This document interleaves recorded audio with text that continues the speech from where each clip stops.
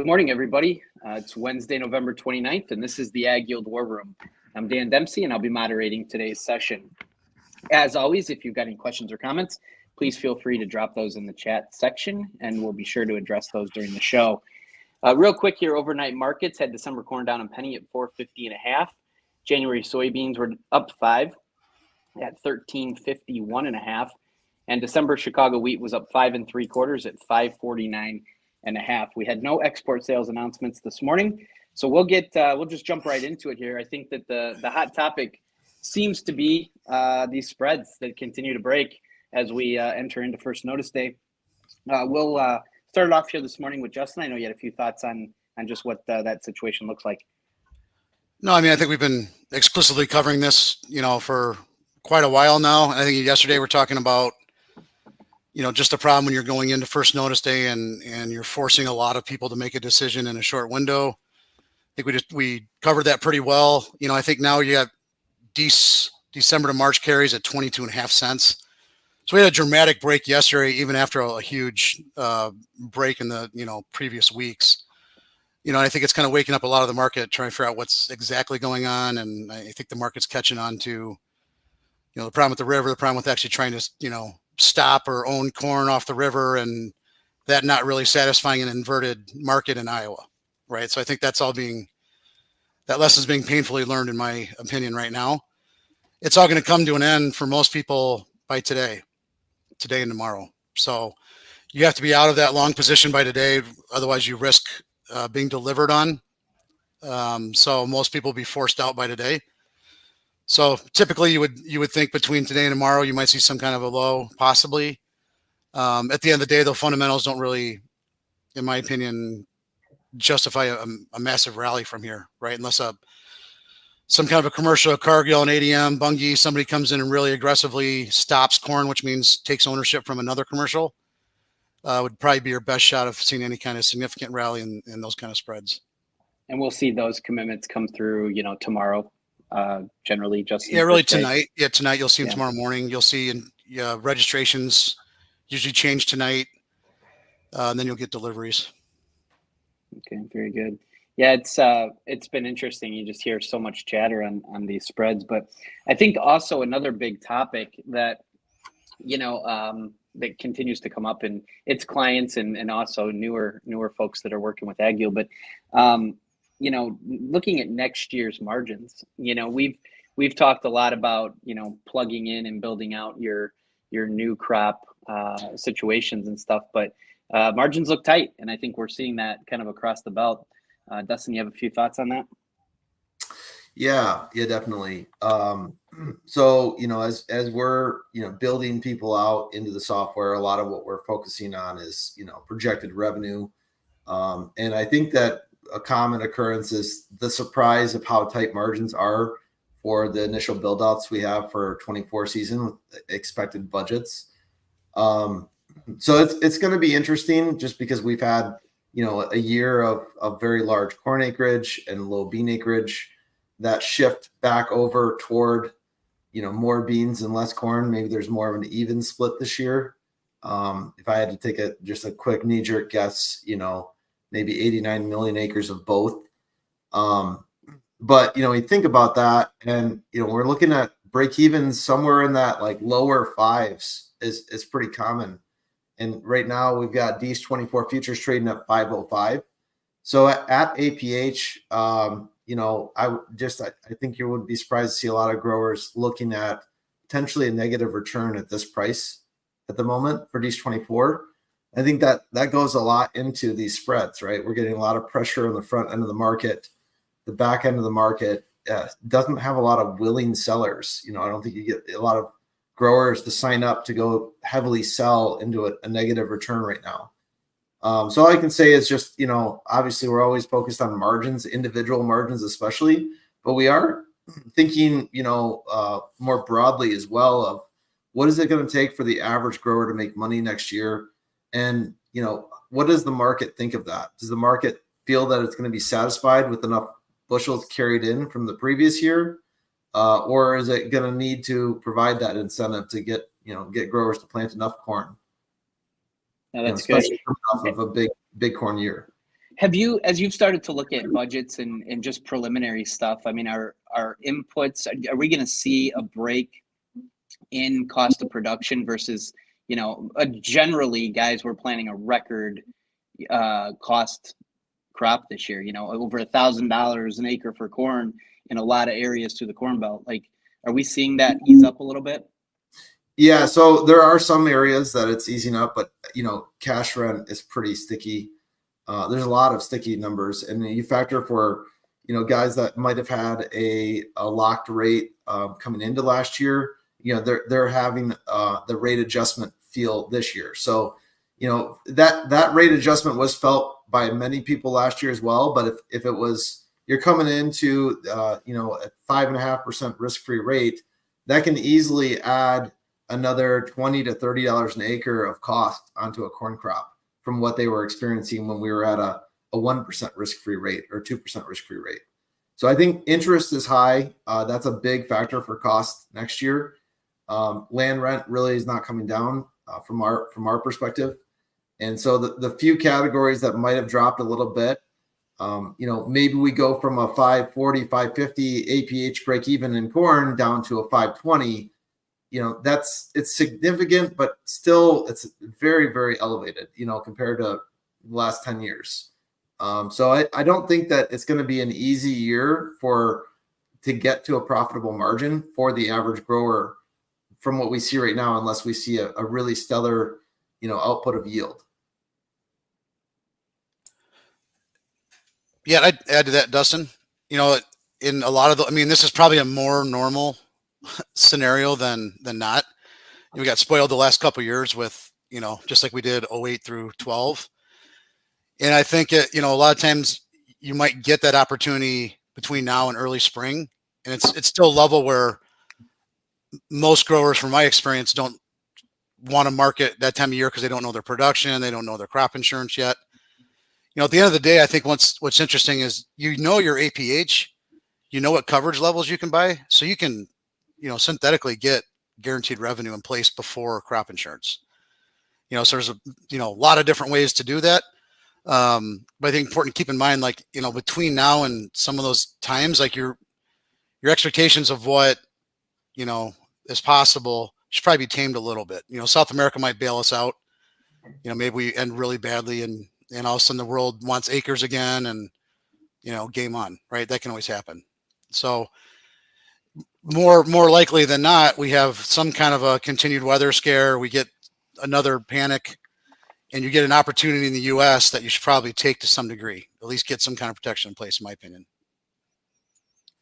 Yeah, and I think to add to that too, measuring these things like that, that's half the battle, right? It's like, if you have a conscious objective of what a yield and price marketing plan looks like, and it's your own, I think that helps a lot going into the critical time frame of the spring. To Justin's point, once we get into the middle of summer, that ball's already rolling, the crop's already planted. It's going to do whatever it's going to do. But those opportunities, we have seasonals for a reason. Like, we think there's some real drop dead dates that we're going to have to make some hard decisions on.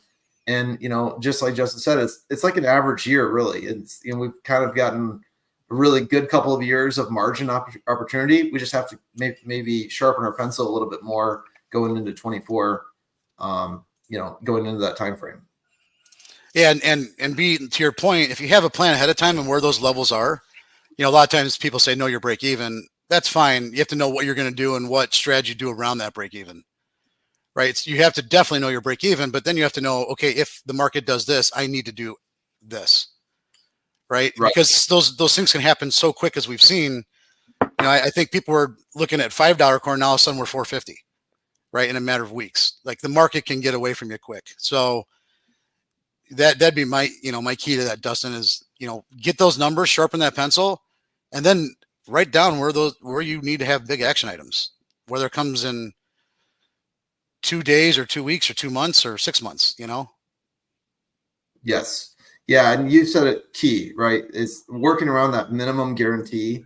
You can set your own minimum guarantee through marketing in conjunction with crop insurance. So just writing down your per bushel break even versus measuring marketing along with crop insurance on a yield and price standpoint is a completely different statement.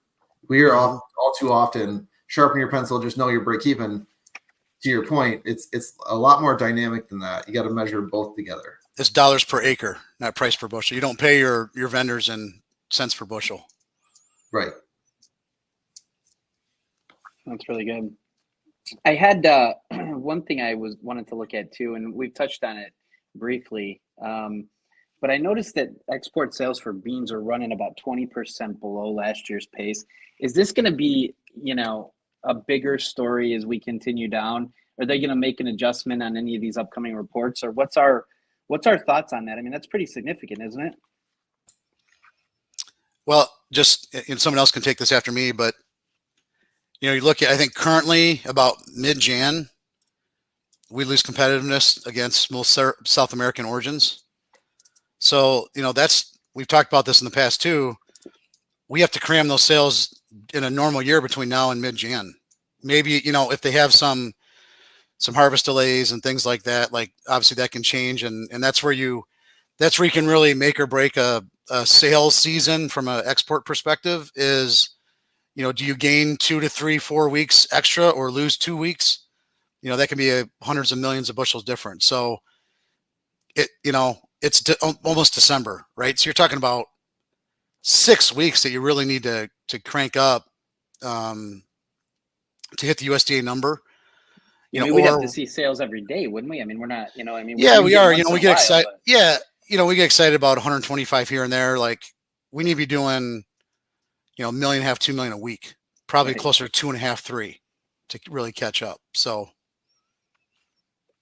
Yeah, I just thought that was interesting. We kind of just always, it's a stat that's out there all the time. And, we get to the end and it's like, oh, we didn't hit our number, but it's like that means something at the end of the day. No, it's very good. Ryland, real quick here. We get any kind of a reprieve in cattle yesterday? Yeah, we finally got the bounce, Dan. Sharp move up. So open interest kind of confirmed that we saw liquidation the day before. There's about 6,000 contracts out. So the market typically sees some kind of recovery once you kind of force the longs out on this kind of a break. I mean, I don't know if this is the actual bottom yet or if, it's just straight up from here. But, the cash market's got a lot of work to do, I think, to build the confidence back in the market. There is a huge discount still priced in the futures, but, we're in a new level of volatility. We've got huge limits today in the feeder market. What are they, right? $12.25. We closed up the limit in Jan. So I put it in the comment in the newsletter yesterday just about how violent this thing could get. I mean, you're looking at a low side of 208, off of the Jan. So these are numbers that we haven't seen for quite some time, if it's possible. So, it's a kind of protect yourself at all times market. We hope that we can get the bounce. We hope we can start seeing an active retracement of where we've broken from. But the fundamental market is definitely painting a little bit of a different picture than what the futures are predicting. Who's going to be right in the end? Time will tell. But we've seen some cash trade already. Definitely at a little bit lower prices from the previous week, but we're sitting around 177, 176. There was 175 trade, and I heard in the South we even got some 173 trade very lightly yesterday. So the bulk of that is expected to be about $1, $2 lower than last week, which is no shock. But yeah, the feeder market is a kind of different animal right now. It could get pretty volatile, pretty violent. Seasonally, feeders typically just stay relatively sideways between now and kind of the end of the year. Whereas the live market has this nice seasonal kind of appreciation after first notice day.